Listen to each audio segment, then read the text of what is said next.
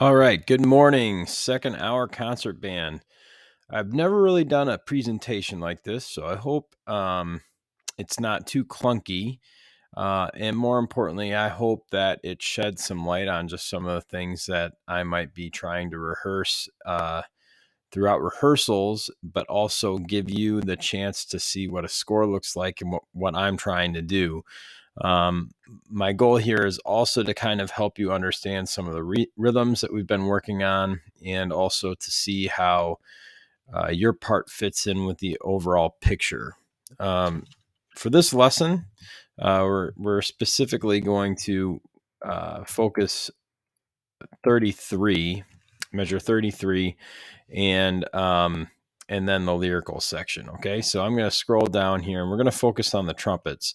Now, trumpets. One thing that I want you to pay attention to, specifically first trumpet, is that you have this 1 and 2 and 3 and 4, and that lead in is pretty important.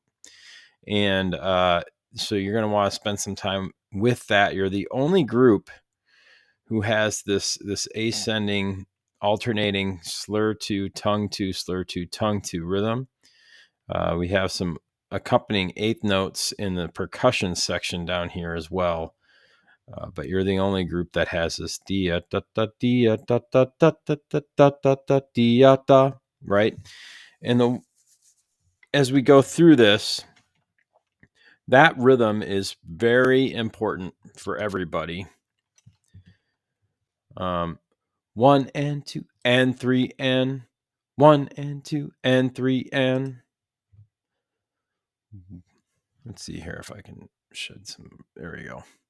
1 and 2 and 3 and. Notice that I'm placing the red above the accents and the orange above the unaccented notes, because we really want to hear 1 and 2 and 3 and 1 and 2 and 3 and. And then as we go through and we scroll down, 1 and 2 and 3 and 1 and 2, 1 and 2 and 3 and 1 and 2, 1 and 2 and 3 and 1 and 2. And you'll notice that the pitches are different. There's harmonies here. And in our class, because of our instrumentation, we have three voices who are essentially playing this. We've got the bassoon, which is playing a different part, right? And then we have trumpet 2, and then we have trumpet 1. Each one of those voices are playing three different pitches, and we'll talk more about that harmony in class. Okay. The other thing that I want to kind of just shed some light on is this idea of groups of three, right? 1 and 2 and 3 and 4 and 1 and 2 and 3 and 4 and. A lot of the times this is reminiscent of some of our earlier melodies that we had in the beginning section of the tune. And as we go through this section here, once you have the rhythm, trumpets, it's going to be really important that you simply really focus on just playing the right notes. And you can achieve that by just getting a fingering chart out, getting a tuner out, and making sure that you're actually playing the correct pitches, okay, independently. Down here, percussion, it's going to be really important that we're getting the right colors with the crash cymbals, and we're getting the correct entrances. These black little squares down here, okay, these coincide with tempo blocks. We don't have any right now, so I'm going to work on getting some. I just want you to be aware of that. Okay, and next section that these bars here are very reminiscent to the very beginning, almost the introduction. And trumpets at 41, your rhythm is exactly the same as it was. 1 and 2 and 3 and 1 and 2. 1 and 2 and 3 and 1 and 2. Same thing with you, Ethan. 1 and 2 and 3 and 1 and 2. And then you'll notice up here, the clarinets have a different rhythm. 1 and 2 and rest. 1 and 2 and 3 and, starting at 41. 1 and 2 and rest. 1 and 2 and rest. 1 and 2 and rest. 1 and 2 and 3 and flutes, oboes, clarinet 1, rest 2 and 3 and 1 and rest 3 and. So we've got some disjunct kind of entrances here.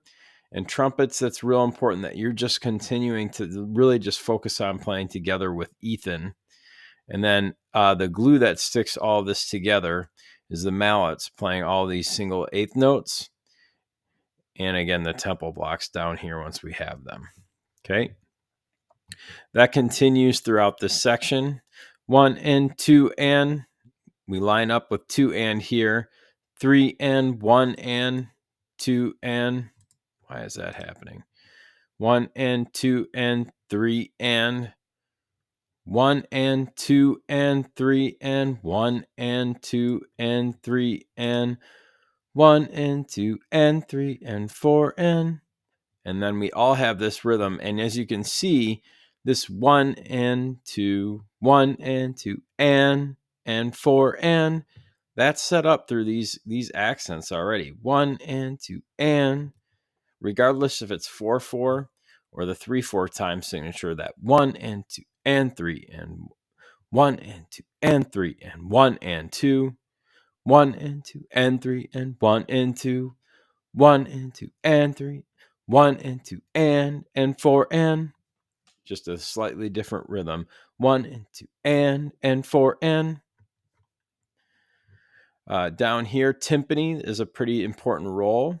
And even this mallet, this one note right there, and it may not seem important, but that's also pretty crucial. And then we have these crash cymbals and China cymbals, which we need to get set up simultaneously as well. And the snare drum has a lot of the same accents as 1 and 2 and 3 and 1 and 2 and 1 and 2 and a 3, 1 and 2 and 3 and 1 and 2 and a 3, 1 and 2 and 3 and 4 and a.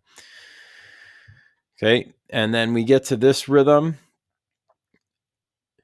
1 and 2 and 2, 1 and 2 and 2, 1 and 2 and 2, 1 and 2 and 2, 1 and 2 and 4, 1 and 2 and 1 and 2 and 2, 1 and 2 and 2, 1 and 2 and 2, 1 and 2 and 2, 1 and 2 and 2, 1 and 2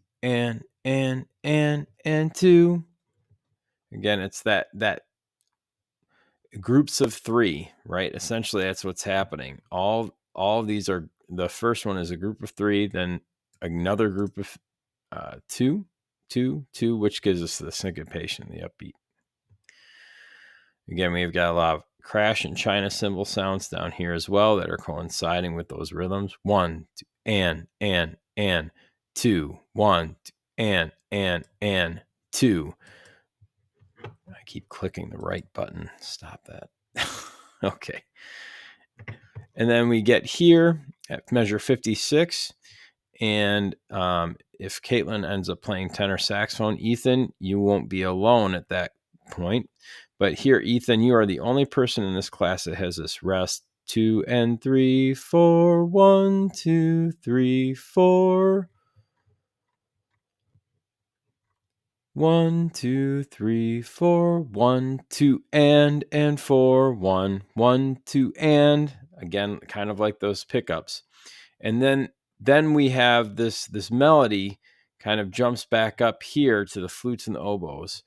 1, 2, 3, 4, 1, 2, and 4, 1 and 2 and 4, and then the clarinets 1 and 2 and 3 and 4, 1 and 2 and 3 and 4, and clarinets have that, but also we have that in mallet 2, which I don't think we have covered. You'll notice, I think, Ben, you're playing bells here, and that lines up with the flutes here in this is measure 60.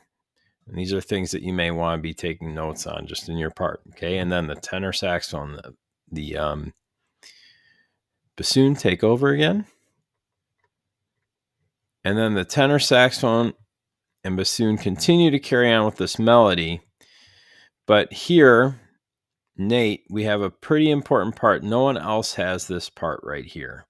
So this is a section or musical phrase that you're really going to want to spend time on. Make sure you get the correct rhythm. 1, 2, 3, 4. 1, 2, 3, 4, and 1, 2, and 4, 1.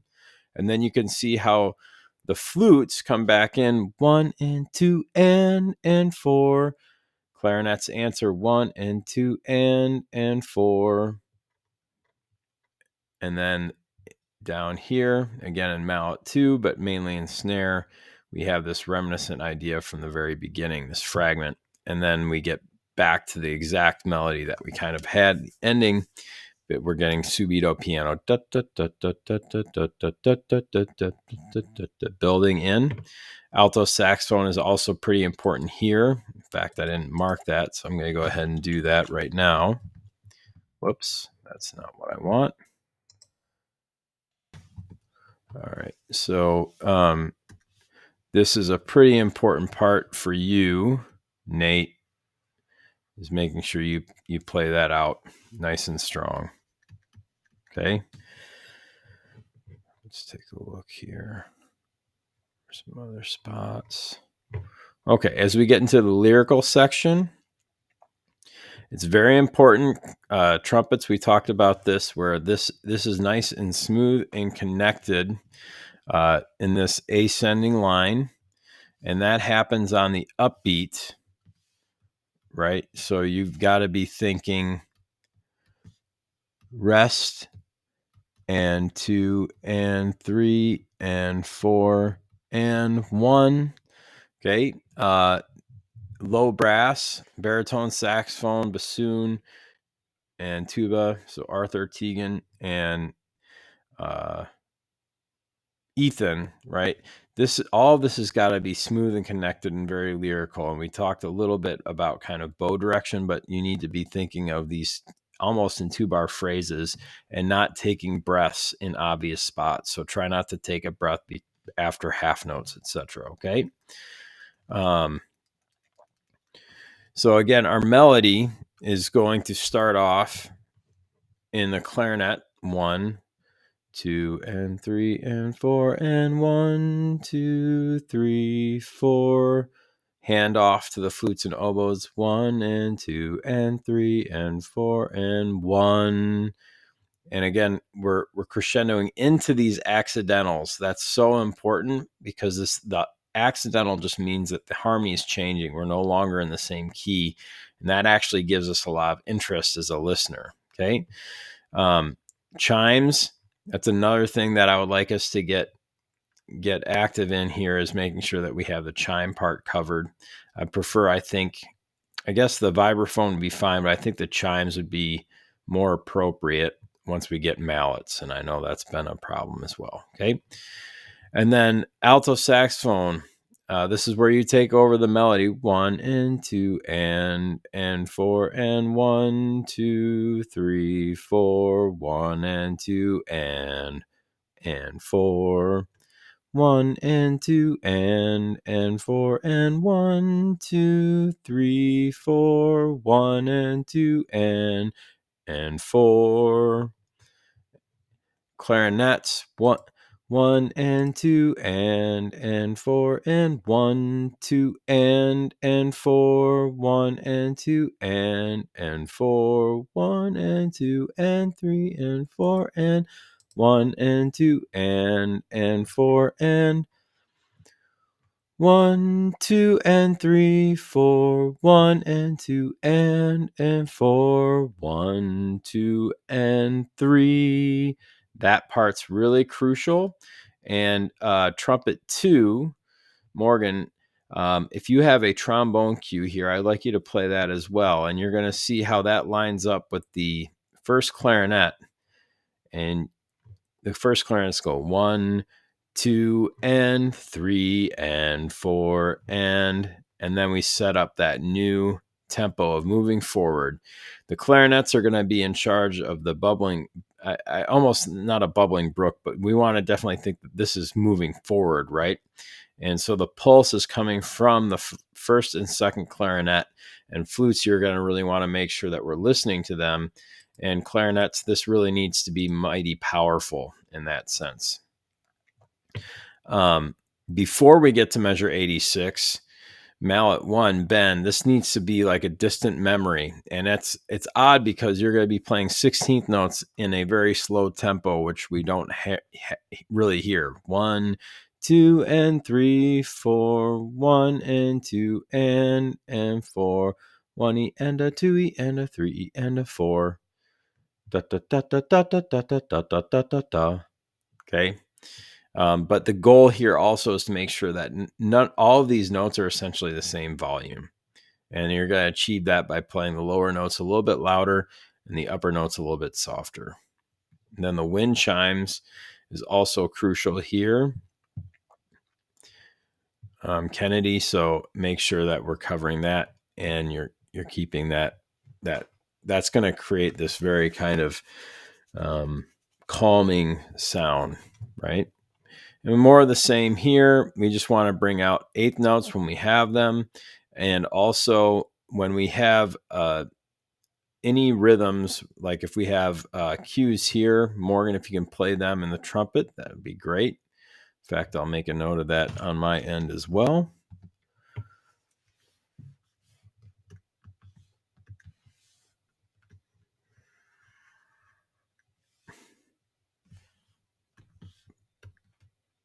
Play cues, okay? And then bassoon down here, Ethan, it's really important that you're playing out that rest 2 and 3, making sure that you're subdividing rest 2 and 3 and 1, 2 and 3 and 1, 1, 2 and 3 and 1. Sometimes we play that eighth note almost like a quarter note. And then that bell part is important with the pickup. Similar kind of ideas where we have flowing notes, okay, and passing the melodies off. 1, 2, 3, tenor saxophone and bassoon. 1, 2, 3. It's kind of like a call and response. Be da da, be da da. Make sure that we're playing nice and strong here, Ethan. Let's see here. I think trumpets here, right? I also have soft like a flute. We want to add support here, but we do not want to distract.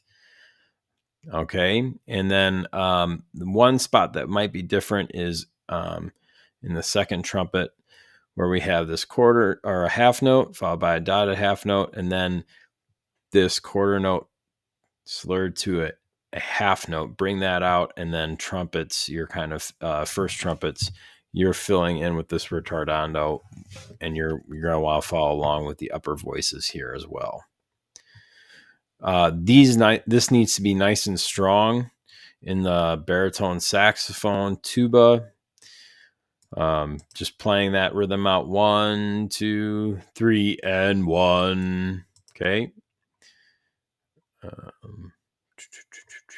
And then we kind of get back into this more lyrical section. 1 and 2 and 4 and 1, 2, 3, 4. And this is again now reinforcing the alto saxophone melody. Clarinet 2, you'll want to hear these three notes before you rearticulate, right? 1 and 2, ta, ta, ta, making sure that we're subdividing 3 eighth notes in the dotted quarter note so that we're really precise and supporting that.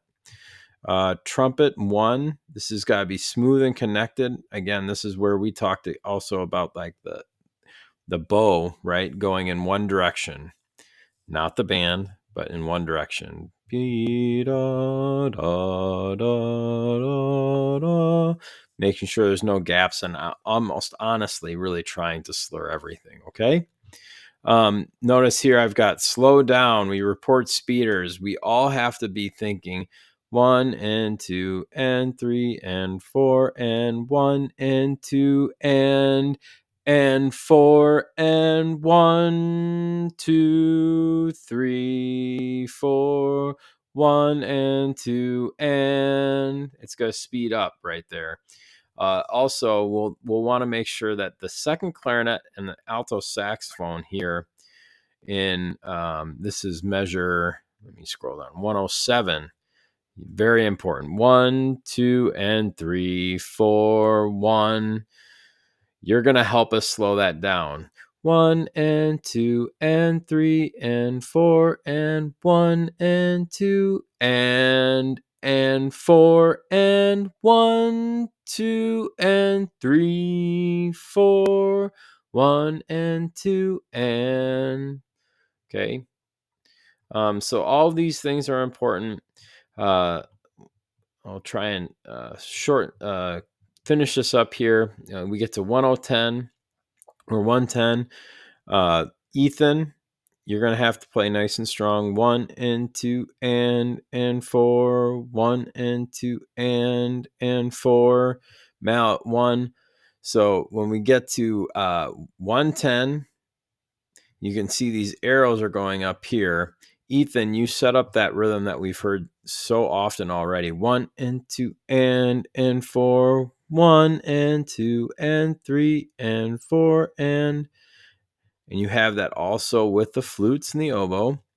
And then second alto saxophone, the next bar, you take over the melody rest. 2 and 3, 4, 1 and 2 and 3 and 4 and 1. And that takes us back into the main melody that we have in the beginning, almost recapitulation. Okay. I hope this video is helpful. And if anything, at least you got to see how your part kind of connects with everything. If you can, you may want to actually take some extra notes, like maybe go back and highlight some things or write some notes. If not, at least you'll know where we're going to be targeting our rehearsal focus areas for Friday. Okay. Have a great Thursday, everybody. Take care.